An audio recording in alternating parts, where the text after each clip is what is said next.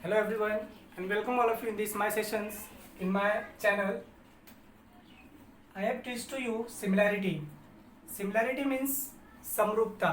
यहाँ पे हम समरूपता के बारे में पढ़ेंगे, सिमिलैरिटी के बारे में पढ़ेंगे. ये जो है आपका पहला लेसन है ज्योमेट्री का. इसमें हमें जो है अगर दो ट्रायंगल दिए जाते हैं, दोनों ट्रायंगल में क्या सिमिलैरिटी और उनकी प्रॉपर्टीज क्या क्या हैं उसके बारे में हम पहले इंट्रोडक्शन में पढ़ेंगे. इसके बाद हम एक्सरसाइज सॉल्व करेंगे.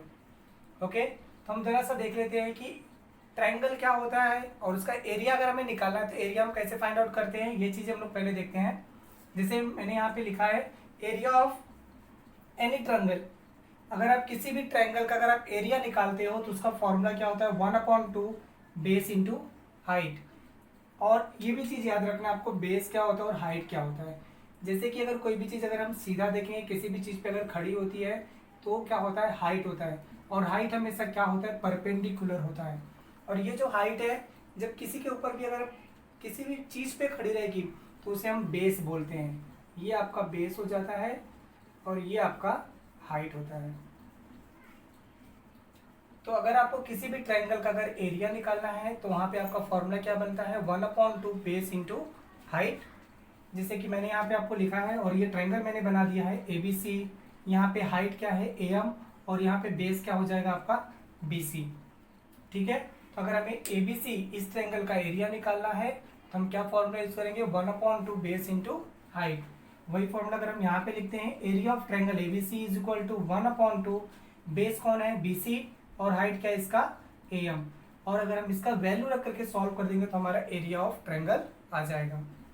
ठीक है, इसके बाद आपको इसके अंदर और प्रॉपर्टीज पढ़ना है. जैसे कि यहाँ पे दिया आपको ratio of areas of two triangle.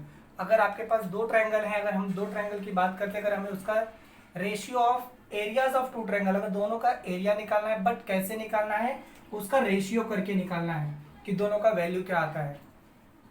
तो यहाँ पे इसका डेफिनेशन जैसे मैंने यहाँ पे लिखा है, ratio of areas of two triangle is equal to the ratio of the product of their base and height. तो यहाँ पे अगर हम दो ट्रायंगल का अगर एरिया निकाल रहे हैं तो यहाँ पे क्या होता है आपका, जैसे एग्जांपल यहाँ पे हम लेते हैं, जैसे कि मेरे पास एरिया ऑफ ट्रायंगल ABC है और एक और है मेरे पास ट्रायंगल जिसका नाम है ट्रायंगल XYZ. मुझे क्या करना, अगर इसका एरिया निकालना तो इसके लिए हम क्या फॉर्मूला यूज करेंगे, 1/2 बेस इंटू हाइट यूज करेंगे. और इसके लिए भी वही यूज करेंगे, 1/2 बेस इंटू हाइट. यहाँ पे क्या हो जाएगा, 1/2 दोनों सेम है इसलिए कैंसिल हो जाएंगे. ये ट्रायंगल ABC का बेस हो गया जिसे मैंने B1 लिखा है, उसका हाइट हो गया H1 लिखा है.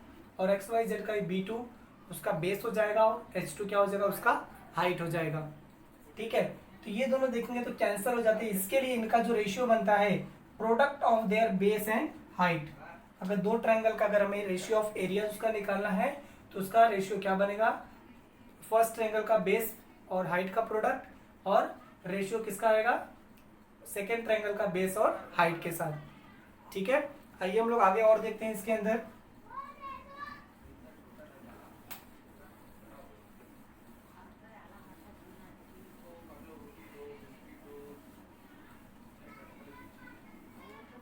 इनके हम केसेस के बारे में देखते हैं.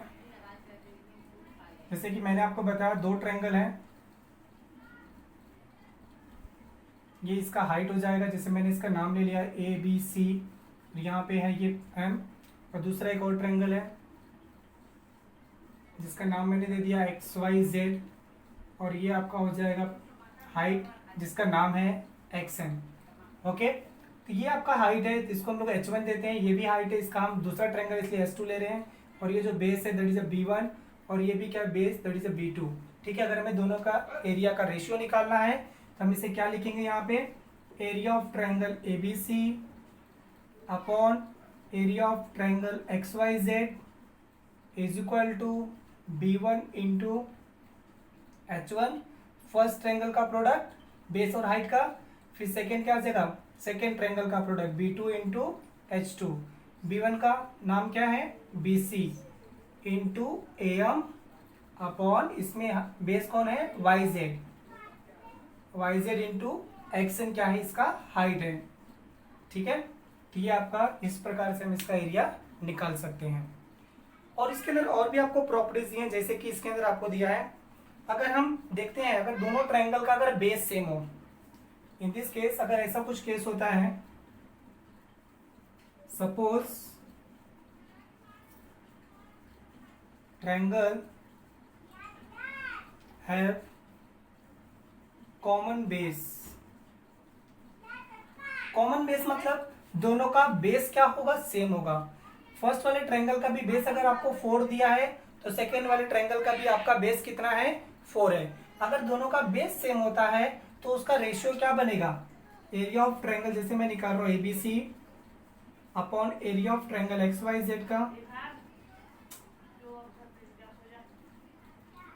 Area of triangle X Y Z.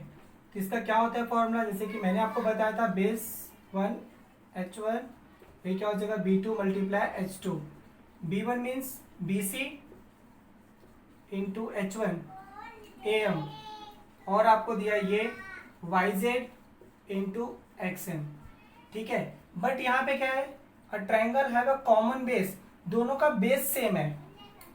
Common मतलब बेस सेम है, इसका मतलब जैसे कि अगर मैं लिख देता हूँ BC is equal to YZ is equal to B, हमें इस चीज पे ध्यान देना है। अगर दोनों सेम होता है, BC और YZ अगर दोनों सेम है, तो अगर हम इसका वैल्यू रखते हैं तो ये क्या हो जाएगा B इंटू AM, और ये क्या होगा B इंटू XN। तो देखेंगे B क्या हो जाएगा, कैंसर। तो इसका रेशियो क्या बना, AM upon XN, that is a height. तो दोनों का हाइट का रेशियो बनेगा AM अपॉन XN का, ठीक है। कब ऐसा होगा, जब ट्रायंगल का बेस क्या होगा, कॉमन होगा, ओके। और दूसरी हम प्रॉपर्टीज देखते हैं इसके अंदर। Suppose triangle have common height, या फिर हम उसे बोल सकते हैं इक्वल हाइट, या तो कॉमन हाइट हो या तो हम इक्वल हाइट भी इसे बोल सकते हैं। अगर दोनों का हाइट सेम हो तो जैसे AM is equal to XN is equal to H। अब हमें इस चीज पे ध्यान देना है, तो यहाँ पे हम क्या लिखेंगे, अगर एरिया निकालना है तो area of triangle ABC upon area of triangle XYZ is equal to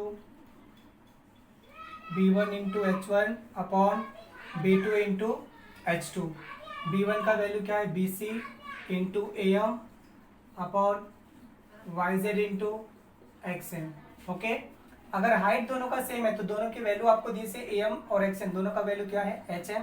तो दोनों को प्लेस पे अगर हम लोग H लिखते हैं, यहाँ पे भी H आ जाएगा, ये YZ इंटू H, तो HH क्या होगा, कैंसर। आपका क्या रेशियो बना, BC अपॉन YZ, ओके। तो इसी पे आपको क्या दिया, इसी जो अभी हमने देखा है इसके आधार पे क्या दिया आपको, बाकी जो क्वेश्चन है प्रैक्टिस के, जो एक्सरसाइज है आपका 1.1, इसी बेस पे आपको सारे क्वेश्चंस करने हैं। तो in next video I will explain the exercise number 1.1। So I stop here this introduction and thank you all of you.